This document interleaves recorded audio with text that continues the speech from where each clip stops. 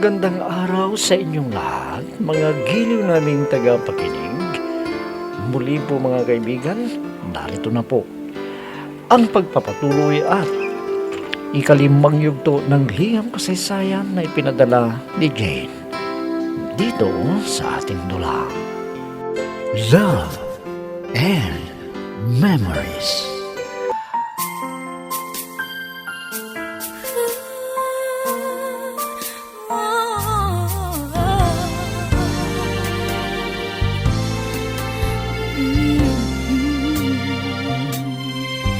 Hindi natin maiwasan na magmahal na lang. Lumayo ako at nagpunta sa Maynila para makipagsapalaran, para makaiwas kay Itay. Dahil galit siya sa akin, ay ganun din ako. Masama ang loob ko sa kanya. At sa awa ng Diyos, ay naswertehan ako. At lumago ang beauty parlor ko. Kaya nakaibon ako. At umuwi ako sa lugar namin. At nagpatayo ng beauty parlor ko. At naging maganda ang kita. At minsan ay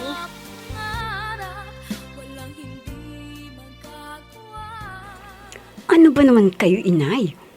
Bakit kayo pumunta dito? Parang namamalimos kasi itsura niyo eh. Ano bang kailangan ninyo? Anak, hindi naman ako magtatagal dito eh. May importante lang akong sasabihin sa'yo. Yung tatay mo nasa ospital at wala kaming pera. Wala akong may bibigay kung ang matandang yon ang nangangailangan. Hindi ko pa nakakalimutan ang sinabi niya sa akin na di niya ako tinuturing na anak. Kaya, hintayin na lang ninyo na mamatay siya. Anak, huwag mo namang sabihin yan. Siya pa rin ang tatay mo. Kahit masama ang ipinapakita niya sa'yo noon. Inay, wala kayong asa na tulong para sa kanya. Wala. Wala!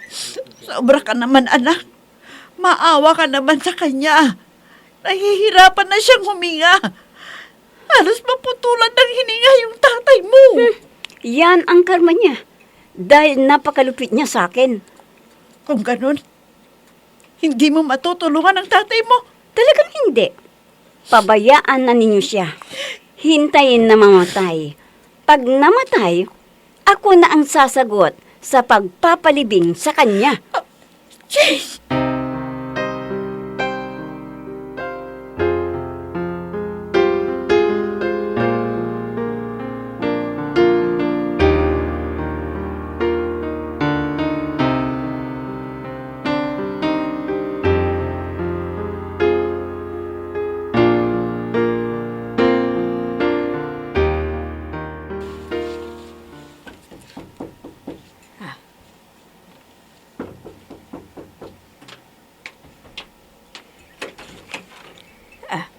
Sino ka?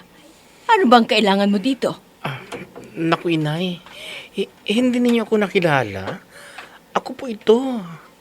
Dati si Rani. Pero ngayon ay Mini na. Ano? Hindi. Hindi totoo ito. Sana, panaginip lamang tong nakikita ko. Inay, totoo ako na si dating Rani, na anak ninyo. Ngayon ay isa ng magandang dilag. Ano? Hindi ako makapaniwala na maging ganito ka, anak. Sige, pumasok ka muna.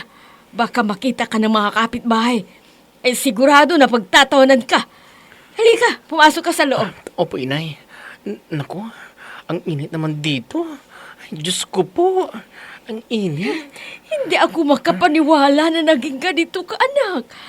Ano bang nakain mo? Naging bading ka na. Matagal ko nang naramdaman ito, inay. Kaya lumayo ako para hindi na ako mahirapan na lumantad. Hindi ko na kayang maging tunay na lalaki. Ano na lang sasabihin ng mga tao sa iyo, anak? Nakakahiya ka. Akala ko matino ka.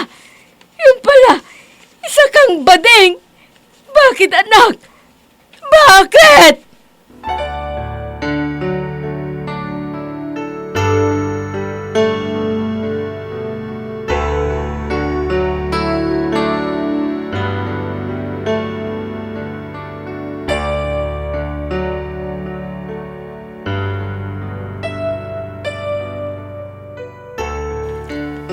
Alam mo, Bes, hindi ko alam bakit lumayo si Rani. Hindi ko na natanong eh. Sabagay, may tiwala ako sa'yo. Kaya, sasabihin ko sa'yo ang totoong dahilan. Sabagay, hindi ko siya masisisi. Lumayo siya dahil may mabigat na problema. Ha? Anong ibig mong sabihin? Baka kailangan niya ng tulong. Alam mo, Bes, naghiwalay kami dahil may dalawa siyang katauhan. Gustong-gusto niya ang mga lalaki at marami siyang kaibigan na bading. Ano? Totoo kaya ang sinabi ni Arlene? Isang bading si Rani? Oh, hindi ka na nakaimik dyan. Siguro hindi ka naniniwala sa sinasabi ko, no? Pero hintayin mo, maglaladlad din siya at ipapakita niya ang tunay niyang katauhan. Minsan ng isang simpleng ngiti ay mayroong dala, isang tapat na hangarin at pangakong dakila. Hindi man ito pinapansin, minsa'y May party pala ng mga bading dito. Ang dami naman nila. May hinihintay na bagong Madam Queen daw. Sino kaya siya? Oh, Dito na ang hinihintay natin, ang bagong Madam Queen. Palakpakan natin siya, si Queen Minimi. siya pala yun. Naku po. Mga kapatid, kumusta na kayong lahat? Ang ganda. Sino kaya siya? Teka, magtatanong ako dito. Pwede bang magtanong sa iyo? Ano ba yun, miss? Sino siya? Anong dating pangalan niya? Nako, hindi mo siya nakikilala? Dati siyang si Rani. Pero ngayon, siya na si Madam Queen. Ano? Hindi totoo ito. Matagal kong hinintay ang pagkakataon. Tapos, ganito ang nangyari sa lalaking nagpatibok ng puso ko. Hindi!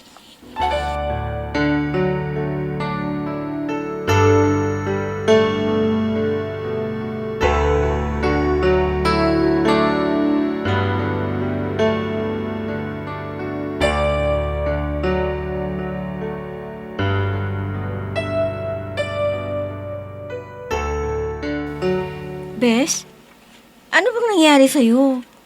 Bakit malungkot ang mukha mo? Sabihin mo, para matulungan kita. Wala na, Bes.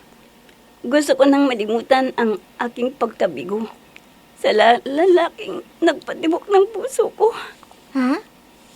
Hindi ka ba niya nagustuhan? Naku, Bes, marami dyan. Huwag ka nang malungkot. Di naman iisa ang lalaki dito sa mundo eh. Makakahanap ka rin ng para sa'yo. Hindi na, Arlene. Siya ang mahal ko noon pa man.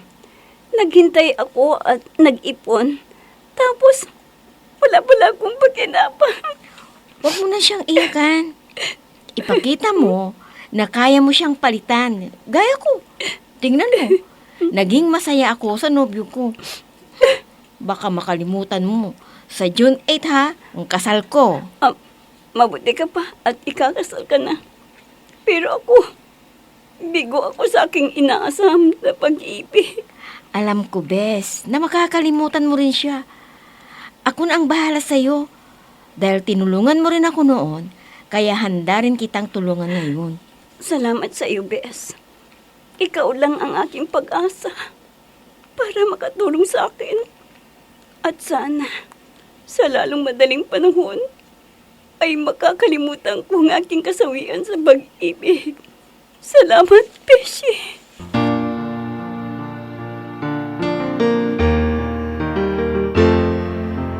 I'm so blessed I have you, 'cause you gave the world to me. You're my inspiration, the perfect one in my life forever. You make my life complete. Oh, ano? Kumusta nang yung pakiramdam? Sabihin mo kung may nararamdaman ka pang masakit. Mabuti na ang pagkaramdam ko. Hindi pala grabe yung sakit ko. Mabuti lamang naagapan. Dahil sa gamot na niresita ng doktor. At konti lang yung binayaran natin. Dahil tinulungan tayo ni Kapitan. Oo. Nakiusap ako kay Kapitan kasi na ilapit sa ahensya ng gobyerno na tumutulong sa walang kakayanan na magbayad sa pagpapagamot sa ospital. Salamat at gumaling na ako, Leona. Baka bukas pwede na akong lumabas dito sa ospital. Pero di ka naman tinulungan ng anak natin. At wag mo na siyang sisihin. Wala tayong magagawa dun. Kasi yun ang desisyon niya. Ayaw kang tulungan. Ikaw kasi, malupit ka sa kanya noon. Kaya, ganyan. Yan ang nangyari sa iyo. Kung hindi lang sana ako naging masamang ama sa kanya noon. Baka hindi siya nagtanim ng galit sa akin. Pero alam mo, may pagkakataon ka pa para ituwid ang pagkakamali mo. At sana, mapatawad ka ng anak natin. Oo. Matanda na ako, Leona. At naisip ko na talagang malaki ang kasalanan ko sa ating anak. Ano kaya kung kausapin mo siya para malaman niya na nagsisisi ka na sa mga ginawa mong pagkakamali sa kanya noon? Oo. Kakausapin ko siya. At hihingi ako ng tawad sa kanya. Paglabas ko dito sa ospital para magkaintindihan kami ng anak natin.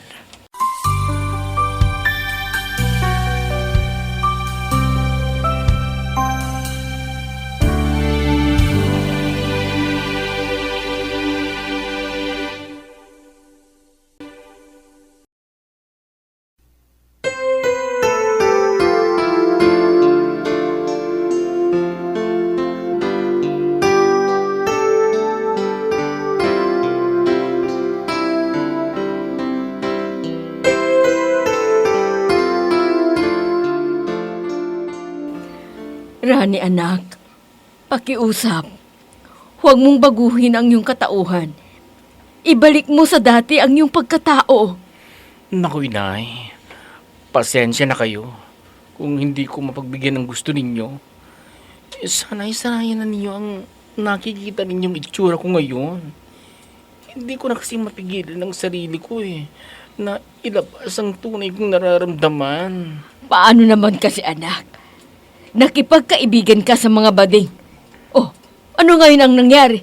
Nahawa ka sa kanila.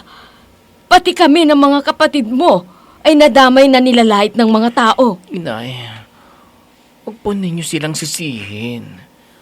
Dahil nauunawa nila ako. Sila pang ang tumulong sa akin para magtagumpay ako sa buhay.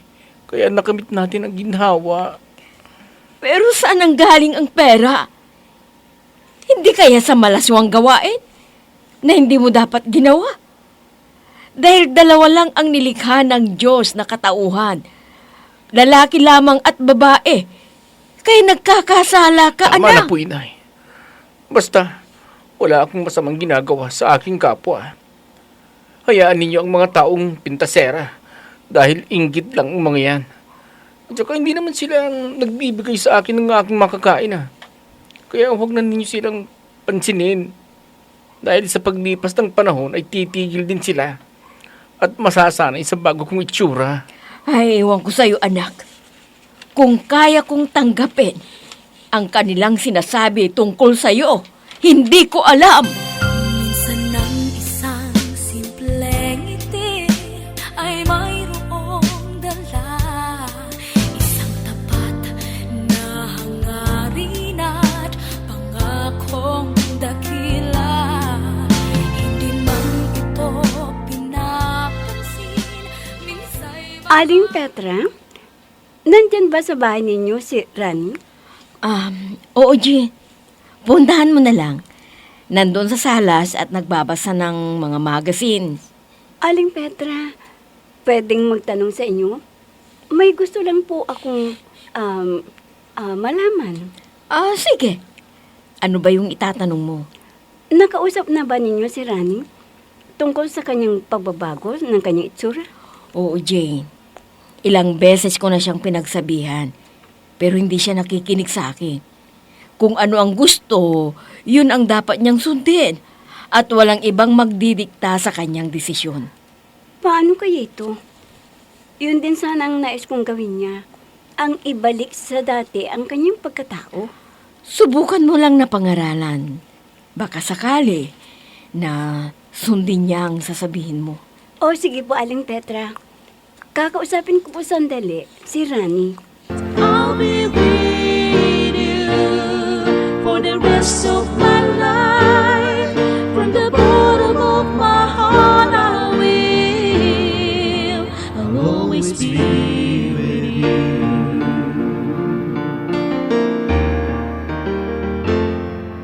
Ganon. Dapat nakausapin ko si Rani. Baka pakinggan niya ang sasabihin ko sa kanya. Kumbinsihin ko na bumalik sa dati niyang katauhan. At magpasarihan ko sa kanya na gusto ko ang itsura niya na tunay na lalaki. Para ako na lang ang mahalin niya. Ang mabuti pa ay kakatok na ko sa pintuan nila.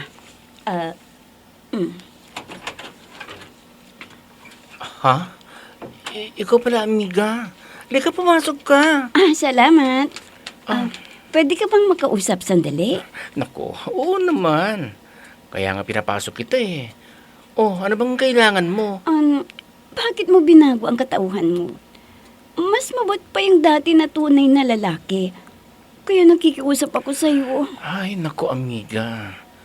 Kung yan ang sadya mo sa akin, pasensya ka na. Hindi kita mapagbibigyan sa hiling mong yan. Matagal na akong nahihirapan. Kaya humingi ako ng payo sa mga sisters ko. At tama nga sila. Dapat lang na ipakita ko ang tunay kong katauhan para maging masaya ang buhay ko. Talaga bang hindi na magbabago ang desisyon mo? Mas gusto pa ang dating ikaw. Sige na, please. Ito na ang gusto ko. Para masaya ka rin, ituring mo ako na matalik na kaibigan at kapatid. Okay ba? Ewan ko. Kung yan ang gusto mo, at hindi mo mapagbigyan ang hiling ko, wala na akong magagawa. Sige, aalis na ako. Minsan ng isang simpleng ngiti ay mayroong dala. Isang tapat na hangarin at pangakong dakila. Hindi man ito pinapansin, minsa'y Jane, anak, lagi ka na lang nagkukulong dito sa kwarto mo. Hindi ka lumalabas para kumain. Inay, wala pa akong ganang kumain. Kaya hayaan lang ninyo. Anak, kung ano man yung problema mo, sabihin mo sa amin ang tatay mo. Baka sakaling patulungan ka namin. Wala po kayong magagawa. Dahil hindi siya pumayag sa gusto ko. Ano bang problema mo, ha? Ano ang gumugulo sa isipan mo? Sabihin mo naman sa akin para gumaan ng konti ang sakit na nararamdaman mo. Sige na, sabihin mo na. Inay, masyadong nasaktan ang puso ko. Ang nag-iisa na lalaking nagpatibok ng puso ko ay naging bading. Kaya bigo ako. Bigo ako, Inay. Tama na yan. Huwag ka nang umiyak. Sige na, kumain ka na. Para hindi ka manghina. Inay. Ha? Anong nangyayari sa'yo, anak? Hindi ako makahinga. Diyos ko! Jane! Jane, anak! Pedreng! Tulungan mo kami dito ni Jane! Jane, anak! Jane, ano nangyayari sa'yo? Jane!